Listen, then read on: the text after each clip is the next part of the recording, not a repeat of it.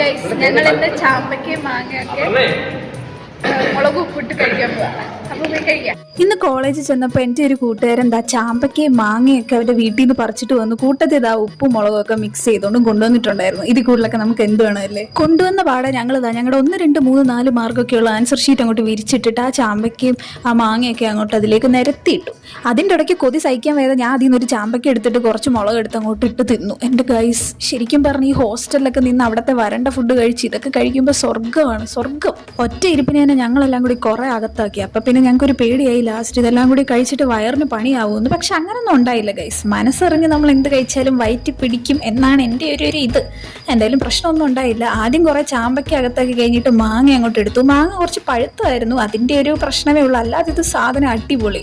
മാങ്ങയിലോട്ട് ആ മുളകൊക്കെ ഇട്ട് അങ്ങോട്ട് കഴിക്കുമ്പോൾ അവളുടെ എക്സ്പ്രഷൻ കണ്ടാൽ തന്നെ അറിയാമല്ലോ. അതെല്ലാം കഴിഞ്ഞിട്ട് ഞങ്ങൾ പിന്നെ കുറച്ച് നേരം പൂജ്യം വട്ടമൊക്കെ കളിച്ചിരുന്നു. പിന്നെ ക്ലാസ് എല്ലാം കഴിഞ്ഞപ്പോൾ ക്യാൻറ്റീനിൽ നിന്ന് ഒരു ഊണും വാങ്ങിച്ചു കഴിച്ചു. ചോറും എന്തോ ഒരു ഒഴിച്ചെറിയും പിന്നെ സാമ്പാറും മോരുകറിയും പപ്പടവും മീൻ വറുത്തതും ഒക്കെ ഉണ്ടായിരുന്നു. അത് അത്യാവശ്യം അടിപൊളിയാണ്. അങ്ങനെ ആ പരിപാടികളൊക്കെ കഴിഞ്ഞിട്ട് ഞാൻ നേരെ ഹോസ്റ്റലിലേക്ക് തിരിച്ചു പോയി. അപ്പോൾ അത്രേ ഉള്ളൂ ഗൈസ്. ടാറ്റാ.